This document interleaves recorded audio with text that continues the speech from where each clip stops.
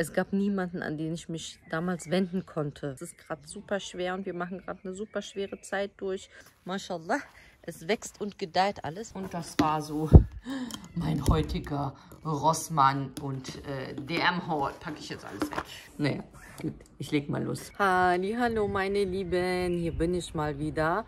Und zwar mit einem neuen Vlog. Ich nehme euch heute einen Tag mal mit. Mal gucken, wie lang das Ganze wird. Heute ist Montag, die Kinder sind in der Schule. Zwar nur für 2 Stunden, aber naja, ist immer noch so, bis zu den Sommerferien haben sie nur 3-mal die Woche Schule für 2 Stunden. Aber ja, wir nutzen auf jeden Fall mit meinem Mann jetzt die Zeit, denn wir müssen einmal zur BSR fahren. Unser ganzes Gestrüpp und so vom Garten einmal entsorgen. Da fahren wir als erstes hin. Dann habe ich noch einen Termin, wo ich ein paar Sachen erledigen muss. Ich hoffe, ich schaffe es noch. Ich muss zu DM einmal ein paar Sachen besorgen. Nehme ich euch einfach so ein bisschen mit durch unseren Tag heute und dann werden wir sehen, was heute so los sein wird. Ich helfe jetzt meinem Mann. Das muss jetzt alles eingeladen werden und dann geht's los. Also, jetzt das alles muss hier ins Auto? Nein, wir nehmen nur 3 Säcke. Das, 1, 2, 3 und das, was da ist. Okay, gut. Also, erstmal jetzt alles. Nächste Runde, die anderen 3. Ja. Okay, na dann viel Spaß. Erstmal hier alle reintun. Oh, kriege ich neue Handschuhe? Oh, das ist aber nett.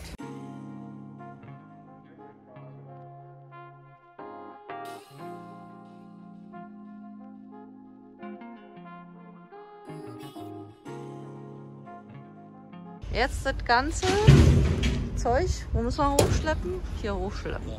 Na dann. So, und ich habe genau das idealste Outfit an für sowas. So, meine Lieben, ich bin jetzt wieder zu Hause. Es ist spät.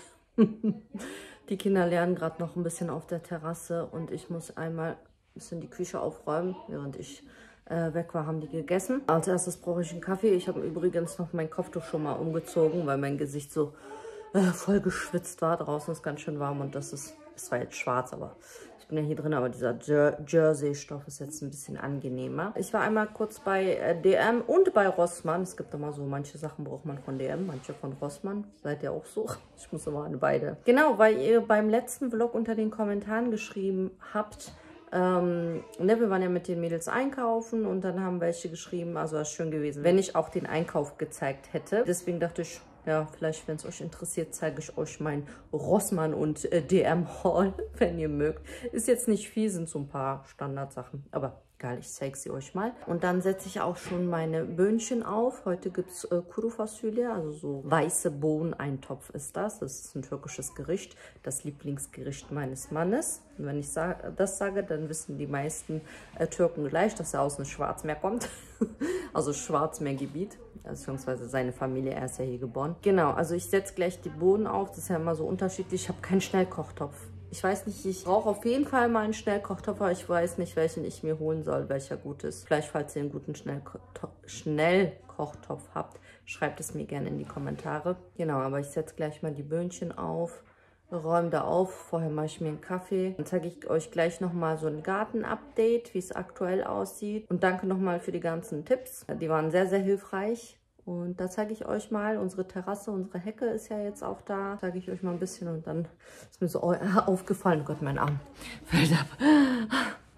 Dann ist mir so aufgefallen, so, ich habe mir voll den blöden Tag zum Vloggen ausgesucht, weil ich erstens eben ein paar Stunden nicht da war. Und dann, ja, ist mir noch eingefallen, dass ich noch Instagram-Werbung habe. Ich muss ein bisschen Werbung auf Instagram machen und dann ansonsten morgen muss ich zum Steuerberater. Ich muss meine Steuererklärung machen, Papierkram. Und ja, die Kinderzimmer stehen immer noch an. Ich muss immer noch die Kinderzimmer machen. Da hatten ja auch viele ein Feedback gegeben, dass ihr das gerne sehen wollen würdet. Wie ich denn so die Schränke ausmiste, kann ich euch gerne mitnehmen. Haustour wird auf jeden Fall auch noch kommen, keine Sorge. Also ich sehe eure Kommentare und ja, all eure Videowünsche und so notiere ich mir immer. Das wird alles dann noch kommen, ich schon, ne? Ansonsten, ja, haben wir nicht mehr so viel Zeit. Wir bereiten uns ja vor auf unseren Urlaub, der dieses Jahr zwar in Deutschland sein wird, aber dennoch ist es so unser erster richtiger Urlaub, wo wir eben ein gemietetes Häuschen am See haben. Aber auch da werde ich euch dann mitnehmen. Ich muss nur gucken, ich muss halt ein Video vorfilmen, weil die ersten 4 Tage werden wir vom Fernsehen begleitet. Wann und wie, wo das Ganze ausgestrahlt wird, das kriegt ihr meistens mit. Wenn nicht hier, dann auf jeden Fall auf Instagram. Es wird aber bestimmt noch mal dauern. Erstmal Kaffee. Zum Stärken, Kaffee, Küche aufräumen. Erster Plan. 2. Schritt, Bohnen aufsetzen. 3. eine Wäsche anmachen. 4. den Garten abchecken. Und 5. Schritt, 5. Schritt, kaputt umfallen. Naja, gut, ich leg mal los. Den packen wir einmal aus. Einmal brillenfeuchte Tücher, die brauche ich und die Esma. Wir tragen ja beide eine Brille. Handcreme, ich habe immer... ja, durch viel Putzen, Abwasch und so weiter sehr trockene Hände.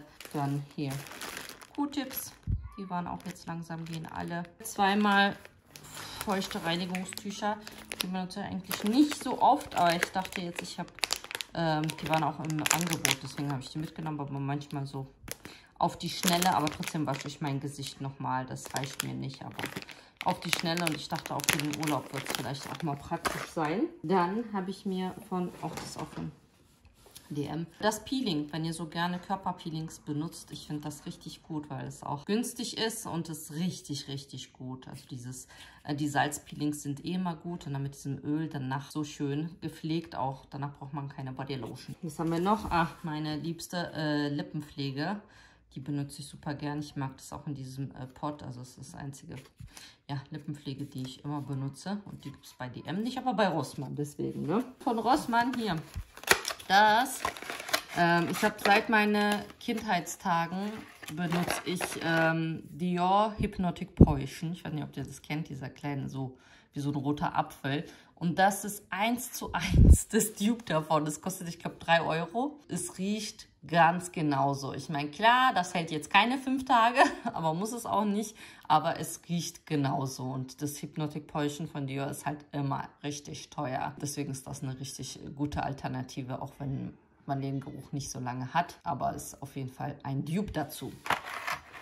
Dann als nächstes Garnier Reinigungs-Micellenwasser. Damit mache ich immer meine Wimperntusche ab. Finde ich richtig gut. Und auch da, obwohl das ja so ein Zeug ist mit diesem Micell, was man wohl sein Gesicht nicht waschen muss, ich wasche danach immer mein Gesicht nochmal ab. Nachfüllseife, in diesem Haushalt braucht man sehr viel Seife. 3 Stück für jedes Bad. Eine zum Nachfüllen für die Seifenspender. Eigentlich kaufe ich immer mehr, aber ich hatte keine Lust, so viel zu schleppen. 2-mal Zahnpasta für die Kinder.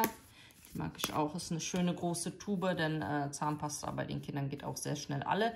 Ich habe eigentlich noch einen Vorrat, aber ja, immer wenn ich da bin, nehme ich trotzdem welche mit. Und dann Zahnpasta, das ist meine Zahnpasta. Da fragen auch mal voll viele, welche Zahnpasta ich benutze. Es gab früher diese Signal White Now Gold, wo nochmal Gold drauf stand. Und die haben sie rausgenommen aus dem Sortiment. Ich weiß nicht warum. Ich fand die nämlich noch besser. Obwohl die ist halt auch ganz gut. Ja, macht halt optisch weiße Zähne. Keine Ahnung, ich mag die gerne. Shampoo und Spülung, das war auch im Angebot, war reduziert, habe ich mitgenommen. Hatte ich jetzt einmal gehabt und ja, finde es ganz gut für die Haare. Ich bin da nicht so wählerisch, deswegen, das war jetzt ganz gut. Deswegen habe ich es nochmal mitgenommen, weil es auch im Angebot war. Als letztes habe ich noch von Balea Med ein Sensitiv Waschgel. Ich benutze ja das Waschgel von Clinique, das Mild. Diese Milde. Und ja, das ist halt nicht ganz so günstig, deswegen suche ich noch eine günstige Alternative und werde das jetzt mal testen, ob das eventuell das von Clinique ablösen tut.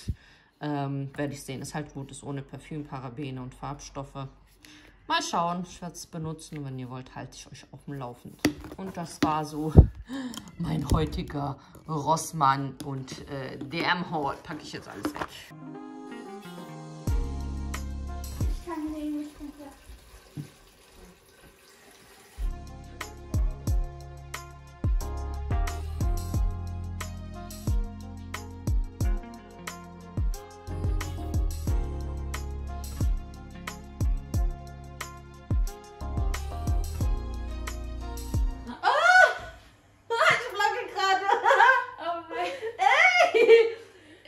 Ich hab sie heute noch gar nicht gesehen. die hat gestern bei ihrer Freundin übernachtet. Die haben ja auch nur, du hast zweimal die Woche Schule? Ja, zweimal die Woche, also die hat heute keine Schule, morgen hat sie Schule. Deswegen hat sie gestern bei ihrer Freundin übernachtet, weil die hatte Geburtstag und ich wusste gar nicht, was sie... Hast du das mitgenommen zum Anziehen oder bist du so rausgegangen? Ich war vorhin hier kurz. Ach so, ich war nicht zu Hause, da war sie zu Hause und hat sich umgezogen. Was ein Zufall. Was für zu? Ey, und ich hatte auch ein beiges Kopftuch vorhin an, ich habe das jetzt gewechselt. Oh, cool. Was für ein Zufall!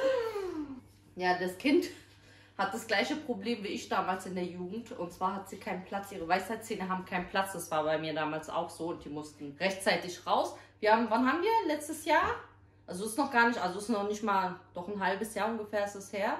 Da haben sie die unteren auch rausoperiert und meinten ja, die oberen haben noch Zeit. Jetzt ist es anscheinend soweit, weil jetzt hat sie Schmerzen. Und das Ding ist, ich rufe bei dem Oralchirurgen an und der sagt so, ja, Termin erst in einem Monat. Und ich sage, das gibt gar Schmerzen. Dann habe ich jetzt einen anderen Termin gefunden. Er muss trotzdem noch jetzt eine Woche durchhalten mit Schmerzsaft. Ist doof. Ich hoffe, es wird nicht schlimmer, weil wenn es schlimmer wird, so wie bei mir damals, ich musste halt in so eine Notklinik dann. Aber ich will sie da jetzt nicht hinbringen, weil ich habe Trauma von dieser Notklinik. Ich bin da mit einem halbgelähmten Gesicht abgehauen. Wie alt war ich denn da? Auch 15 oder so. Und bin halt in diese Notklinik, weil ich so starke Schmerzen hatte. Und es war voll die Katastrophe. Es ist so eine schlimme Erfahrung, ey. Furchtbar. Jetzt ein kleines Garten-Update. Und zwar haben wir jetzt unsere Hecken eingepflanzt, unsere Thujen, wenn die so heißen. Aber immer noch nicht alles gestrichen. Das müssen wir noch machen. Das ist echt viel Arbeit. Und ja, sauber ist es auch noch nicht wirklich. Muss ich auch noch machen. Und ja, Lounge-Set habe ich auch noch keins. Aber ich glaube, ich warte, denn es ist nicht mehr lange. Und dann ist bestimmt alles reduziert, weil dann die Saison um ist. Deswegen, ja, wie ihr seht, hier ist unsere, ja, wir machen Unterricht an der frischen Luft, weil das Wetter eben so schön ist. Haben wir unsere Tafel hierher gebracht. Da ist auch noch mal eine Thuje. Und ja, das ist so aktueller Stand der Terrasse. Ne, wenn das alles so noch mehr zugewachsen ist, dann kann man die auch so schön schneiden, dass das wie so eine Wand ist. Aber ich finde die jetzt schon sehr, sehr schön. Hier haben wir noch eine angepflanzt. Achso, wann willst du die Kieselsteine dahin machen, Hikmet? Ja, machen wir erstmal hier sauber. Richtig, die Steine wollten wir nochmal richtig schrubben. Falls ihr da ein gutes Mittel kennt für solche Steine, dass wir das reinigen, ohne da jetzt der Umwelt zu schaden, dann schreibt mir das mal gerne in die Kommentare. Ja, das ist der aktuelle Stand von der Terrassenfront. Jetzt gehen wir mal zu unserem Gemüsebeet. Ja, was macht ihr hier für eine Überflutung? So. Schauen wir uns an. Ah, übrigens, ganz viele haben ja geschrieben, ne, wir sollen das überdachen, weil die Tomaten ja kein Wasser von oben mögen. Ja, das ist richtig. Die Überdachung haben wir auch schon. So ein Wellblech, so ein durchsichtiges Blech. Ist ja kein Blech, ist ja Plastik. Es war schon vorher da, bevor ihr das gesagt habt. Ja, hatte er das schon vor, aber hat noch nicht rangemacht. So, und hier aber, mashallah, es wächst und gedeiht alles. Unsere Tomaten sind so schön gewachsen. Letztens war es so stürmisch, da hat es die eine umgeweht. Die müssen wir jetzt langsam noch stabiler befestigen. Da haben wir ein paar Zwiebeln eingepflanzt, in der Hoffnung, dass ich da Lauchzwiebeln draus bekomme. Mal schauen. Und hier sind, wie gesagt, alles die Tomaten. Das geht so schnell. Man kann richtig beim Wachsen zugucken. Das ist echt schön. So, hier waren ja die Peperonis, da ist Paprika und unsere Stangenbohnen sind geschlüpft. Da sind sie, schon die ersten. Ich finde das auch so cool. Guck mal, wie die sich so durchbohren. Hier sieht man schon. Da, morgen ist bestimmt auch da was draußen. Hier, hier, hier. Und ja, und das sind die Gurken, ne? Ja, die Gurken müssen wir jetzt auch langsam in die Erde bringen. Heute, oh, Entschuldigung, okay, heute in die Erde bringen. Übrigens, die ganzen Samen für die Sachen, die haben wir von unserem alten Nachbar bekommen. Also aus seinen eigenen Samen, von seinen guten Früchte. Also es sind keine gekauften Pflanzen oder Samen, sondern aus der Türkei. Die Tomaten und Dings, seine Samen von seinen Pflanzen. Heißt richtig gesagt? Gut. Auf der anderen Seite, da sind auch schon welche geschlüpft. Achso, und dann komme ich hier vorhin und gucke ich, was der hier gemacht hat. Unser Wasser ist ja erst da drüben, da hinten ist der Wasserhahn. nimmst ihn halt immer dahin zum Wasserhahn. Und was hat er gemacht? Hat hier so ein hingestellt. Wasserhahn. Ist ja auch interesting. Praktisch zum Pflanzengießen. Ach so, weil jetzt kannst du den Schlauch hier anmachen. Ah, okay, ja. Weil das war von drüben, hat der Schlauch nicht gereicht, ne? Ja, das ist natürlich praktisch. Ah, warte, ich habe noch gesehen, meine Brombeeren sind alle erblüht. Die blühen und danach werden es Brombeeren. Schaut mal hier, das sind alles meine Brombeeren. Oh, und da kommen schon die Bienchen. Ja, guck mal, da sind die Bienchen. Ja, schön, dass wir die hier gerettet haben. Und ansonsten, das, was wir da hinten noch eingepflanzt haben, das sind einmal Johannisbeeren und Himbeeren. Das wächst auch schon. Das wächst ganz schön schnell sowas. Hätte ich gar nicht gedacht. Schön. Ich hoffe, dieses Jahr haben wir schön Brombeeren. Aber das mit dem Dach musst du jetzt auch die Tage machen, weil es soll wieder demnächst gewittern. Ab Donnerstag ist, glaube ich, wieder Gewitter. Mittwoch, Donnerstag.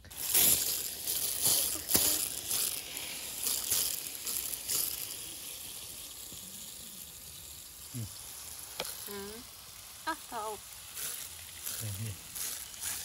So, jetzt kommen hier noch die Gürkchen rein. Was sind denn das eigentlich für Gurken? Weißt du das? Normale, lange oder so eine Gartengurken? Ich glaube, normale Salatgurken, ne? Aber auch türkische Gurke, hä? Alles hier türkische. Ich bringe aber nächstes Mal auch polnische Sachen mit hier. Ich will polnische Gurken, damit ich die selber einlegen kann. Also erstmal Löchlein. Und dann haben wir hier immer unsere Eierschalen, die wir immer sammeln, wenn wir Eier essen. Die haben wir schön klein gemacht. Das ist nochmal Dünger, ne? Und wir haben auch schon die Tomaten und so auch mit Rinder-Dum-Dum. Heißt das Dum-Dum oder einfach nur Rinder-Dum? Rinderdünger Dum-Dum. Auch schon bearbeitet. So, Löchlein, jetzt Eierschale. So. Aber ich glaube, Gurke ist auch viel mit Blätter und so, ne? Jana mag auch gerne Gartenarbeit, ne? Ja. Ja? Hast du schon gegossen hier was?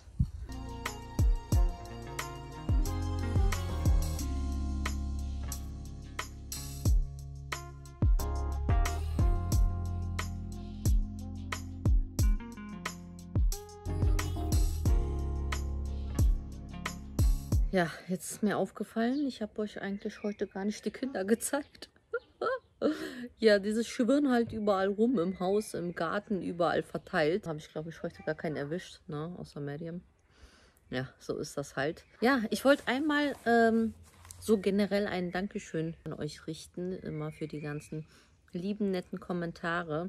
Ich wollte einmal sagen, weil es gibt ja viele Mamas, die mir dann schreiben und das sind auch oft solche Themen, ja, wo ich ganz viel auch auf Instagram darüber spreche.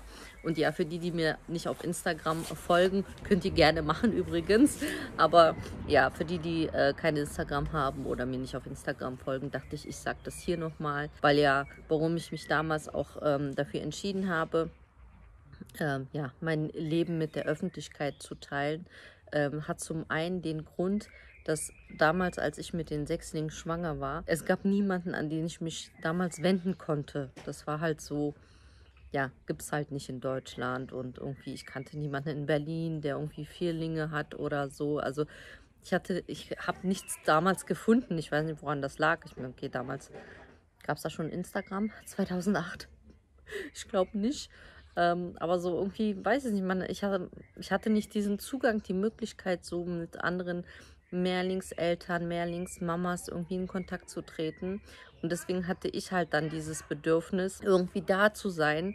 Und ich finde es halt auch sehr schön. Ich habe mittlerweile auch mehrere Vierlingsmamas, ja, so gut ich konnte, unterstützt in Form von, ja, Beratung und so weiter. Ja, ich finde das halt schön, wenn ich da halt mit Rat und Tat auch mal zur Seite stehen kann für Mehrlingsmütter. Aber auch so für alle Mamas. Deswegen wollte ich auch einmal sagen, dass die Mamas, die mir dann so oft schreiben, so, oh ja, ich habe ein Kind und komm nicht klar, wie schaffst du das? Ich kriege ein schlechtes Gewissen, sowas. Da ist mir ganz, ganz wichtig zu sagen, bitte habt kein schlechtes Gewissen. Auch ich hatte als erstes auch nur ein Kind und ich weiß, wie schwer es ist, ein Kind zu haben, wie es ist, sein erstes Kind zu bekommen oder ein Kind generell aufzuziehen oder 2 oder 3. Kann genauso schwierig sein wie 6 oder 8 Kinder. Ja, denn es ist generell keine einfache Aufgabe. Und ganz wichtig für mich ist hier auch nochmal zu betonen, dass immer, also wenn ich euch mitnehme, sei es in Vlogs oder Videos, müsst ihr immer berücksichtigen, dass wir natürlich die schönen Momente teilen wollen. Ja, natürlich möchte ich mit euch schöne Momente, schöne Bilder, schöne Sachen teilen und nicht die Momente, wo ich so stinksauer bin und fix und fertig und mir die Haare zu Berge stehen. Ja, denn so sehe ich ganz oft aus. Nur das werdet ihr hier nicht sehen. Das ist einfach so. Aber dennoch ist mir ganz wichtig und die mir eben auf Instagram folgen, die wissen das ganz genau, dass ich sehr viele Themen oft bearbeite und Sachen aber anspreche und auch sage, hey, es ist gerade super schwer und wir machen gerade eine super schwere Zeit durch. Solche Sachen und das werdet ihr dann ja, hoffentlich auch hier in den weiteren Vlogs auch mitkriegen. Das zwar natürlich, wir tun unser Bestes und wir sind alhamdulillah sehr glücklich, wie unsere Kinder geraten sind, aber dennoch, ja, ist das alles harte Arbeit und ja, oft in solchen Videos, ja, sieht es vielleicht einfacher aus, als es ist. Mir ist halt wichtig, die Realität zu zeigen, mich nicht zu verstellen, aber dennoch bewusst zu machen, dass ich natürlich schöne Momente filme. Ich meine, klar will ich vielleicht auch mal, wenn die Kinder da im Hintergrund rumschreien oder sich anzicken, würde ich das auch drinnen lassen, nicht unbedingt wegschneiden, aber ihr wisst bestimmt, was ich meine, ne? Also man hat auch so seine wirklich schweren Phasen und schweren Zeiten und auch mal einen schlechten Tag und dann will man auch nicht unbedingt dann das Handy zücken und sich dabei aufnehmen. Ne? Ich denke, das ist uns allen bewusst. Genauso ist mir aufgefallen, auch im letzten Video, auch vorhin, was ich gefilmt habe, dass wieder mein Kopf abgehackt war. Ich merke so langsam, ich glaube, ich bräuchte so eine Vlogging-Kamera, weil ich filme halt immer mit meinem iPhone, ist halt auch eine sehr schöne Qualität, muss ich sagen. Dennoch ist es so, wenn ich halt mit der Selfie-Kamera, ne, damit ich mich hier halt auch mal sehe, ob ich in Form bin oder nicht, ob ich im Bild bin, dann ist es okay, aber ich filme halt auch mit der anderen Seite, weil die natürlich noch eine bessere Linse hat und dann sehe ich mich aber natürlich nicht und dann dementsprechend bin ich, ja, habe ich gemerkt, letztes Mal war der halbe Kopf ab. Vorhin in der Küche war der Kopf auch teilweise ab. Langsam vielleicht mal dahin sparen. Auch so eine Vlogging-Kamera wäre vielleicht nicht schlecht. Eine handliche, leichte. Zum Beispiel, wir haben jetzt, wann war das, vorgestern, eigentlich eine voll schöne Situation gehabt, auch mit den Kindern. Wir haben auf der Couch gesessen und ja, wir haben ganz lange einfach uns mit den Kindern so unterhalten, denen von deren Geburt erzählt, von der Krankenhauszeit erzählt. Die haben ganz spannend zugehört. Dann in dem Moment dachte ich, ach, hätte ich bloß die Kamera aufgestellt und das so gefilmt, weil es war auch ein schöner Moment. Und ja, wir versuchen halt unseren Kindern so Dinge zu vermitteln, also dass unsere Kinder nicht so auf materielle Sachen fokussiert sind, wisst ihr? Also auch wenn wir, sage ich jetzt mal, auch wenn wir genug Geld hätten, würde trotzdem nicht jedes meiner Kinder mit einem Smartphone und einem iPad durch die Gegend laufen. So, wisst ihr, was ich meine? Also es ist für mich so wichtig, dass meine Kinder so bodenständig aufwachsen und eben eher sowas schätzen wie, der Papa baut denen ein Baumhaus, als ich schenke denen jetzt ein iPad oder ein iPhone oder was auch immer. Also solche Sachen finde ich total wichtig, denn das ist ja für deren Zukunft. Ich finde das in der Erziehung generell einfach wichtig. Wisst ihr, dass die Kinder nicht so auf materielle Sachen fokussiert sind? Ich meine, klar, die haben Wünsche und man will die auch erfüllen, aber ich denke so selber an meine Kindheit. Mir wurden nicht alle Wünsche erfüllt und ich finde dann, umso dankbarer war ich immer für alles. Ich weiß nicht, vielleicht liegt es auch daran, an meiner Kindheit so war. Es ist nicht einfach, also ich muss sagen jetzt, ne, die Sechslinge werden ja jetzt im Oktober 12. Ne, die kommen jetzt so langsam, also gerade so die Mädchen kommen jetzt in die pubertäre Phase. Es ist total schwer, vor allem haben wir gemerkt, jetzt so bei den Mädchen, dieser Konkurrenzkampf bei denen ist so stark. Ich meine, Zickenterror sowieso haben wir schon lange, aber so dieser Vergleichsdruck, dieser Vergleichskampf immer zwischen denen, da sind wir auch immer ganz viel am Reden und denen erklären, dass die halt nicht gleich sind. Ne? Und das war sowieso voll schwer. Das war damals zum Beispiel voll schwer, Malik Musa klar zu machen, dass er nicht zu den Sechslingen gehört, sondern der kleine Bruder ist. Das war schon sehr, sehr schwer damals. Ja, auch den Sechslingen ja, klar zu machen, dass die zwar Geschwister sind, ne? Dass die 6 Geschwister sind, die am gleichen Tag geboren wurden, aber dennoch 6 unterschiedliche Menschen mit unterschiedlichem Charakter sind und die da zu fördern in ihren Stärken. Weil es gibt viele Themen, die will ich auf jeden Fall noch so bearbeiten, so erziehungsmäßig und so. Ich habe auch viele Fragen gelesen von euch, ne, wo ihr sagt, so, was ist dir wichtig in der Erziehung und so weiter. Da werde ich bestimmt auch mal Themen besprechen. Könnt ihr mir gerne mal in die Kommentare schreiben, damit ich das dann fürs nächste Mal so mit einfügen kann. Ich speichere mir eure Nachrichten und versuche das Ganze umzusetzen. Ansonsten ja, diese Woche steht noch viel an. Also ich muss auf jeden Fall jetzt die kommenden Tage das mit den Schränken machen, ne? Die Kleiderschränke ausmisten. Das habe ich schon beim letzten Vlog gesagt. Das muss ich auf jeden Fall jetzt machen. Ja, weil dann muss ich noch ein paar Sachen besorgen noch für die Kinder, was die noch so brauchen. Und dann geht es für uns ja auch schon bald in den Urlaub, in den 2 Wochen. Ja, wir sind super gespannt, wir sind super aufgeregt. Wir bleiben halt in Deutschland, aber es ist dennoch, wir sind in einem Miethaus, was mega groß sein wird, mit fast 300 Quadratmeter und 7 Schlafzimmern. Ja, wir können halt die Katzen mitnehmen und das wird am See sein. Und ich habe schon von mehreren gehört, es soll wohl wirklich schön sein da. Wir sind halt voll gespannt so, weil, okay, ich sage immer, für mich ist es erst richtiger Urlaub, den ich noch nie hatte, wo ich sagen könnte, das wäre richtiger Urlaub. Wenn ich in einem Hotel wäre mit All-Inclusive, wo ich nicht kochen muss. So, da ist es so, wir haben zwar dieses Haus, aber es ist trotzdem Selbstversorgung, ne? Also ich werde halt trotzdem kochen müssen. Ich denke, ich werde mir für die 2 Wochen überlegen, will ja immer frisch kochen, also es ist schon bei mir so, also Ernährung ist schon sehr, sehr wichtig. Aber ich denke mal, in den 2 Wochen schaue ich mal, dass ich da irgendwie mir nur schnelle Gerichte überlege. Mal schauen. Aber wir sind auf jeden Fall super gespannt, wie das sein wird, weil es ja ebenso der erste Urlaub schon in dem Sinne ist, dass wir was halt gemietet haben und dann am See sind und verschiedene Unternehmungen und so weiter. Ich werde euch da auf jeden Fall mitnehmen. Ne, ich habe das schon mal gesagt, also die ersten 4 Tage werden wir von einem Kamerateam begleitet. Danach aber die restlichen 10 Tage dann halt wirklich hoffentlich einen schönen Urlaub.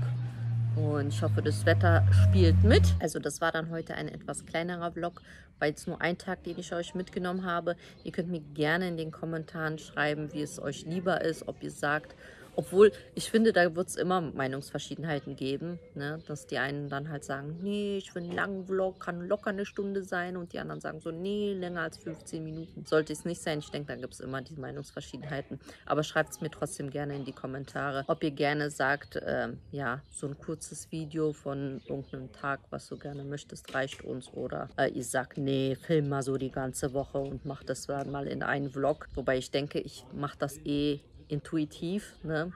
Dass ich, wenn ich weiß, halt jetzt stehen ein paar Tage an, die sind interessant, dann nehme ich euch mit und wenn halt nichts los ist, ist halt nichts so los. So, wenn ihr wisst, was ich meine, ne? Zum Beispiel, ich denke, in der Urlaubszeit werde ich dann ganz, ganz viel filmen und dann habe ich dementsprechend auch mehr zum Vloggen. Aber könnt ihr mir trotzdem, wie gesagt, in die Kommentare schreiben. Ansonsten bedanke ich mich fürs Zuschauen. Ich würde mich natürlich freuen, wenn ihr uns einen Daumen hoch da lässt, den Kanal abonniert und auch gerne die Benachrichtigungsglocke aktiviert, um das nächste Video nicht zu verpassen. Das bekommt ihr jeden Mittwoch. Ich hoffe, ich kann mich auch mal steigern, vielleicht wenn der Alltag auch wieder ein bisschen normaler ist. So langsam haben wir ja die blöde Corona-Zeit überstanden, dass ich dann auch hoffentlich auch auf 2-mal die Woche ein Video erhöhen könnte. Ansonsten vielen Dank fürs Zuschauen und bis zum nächsten Mal.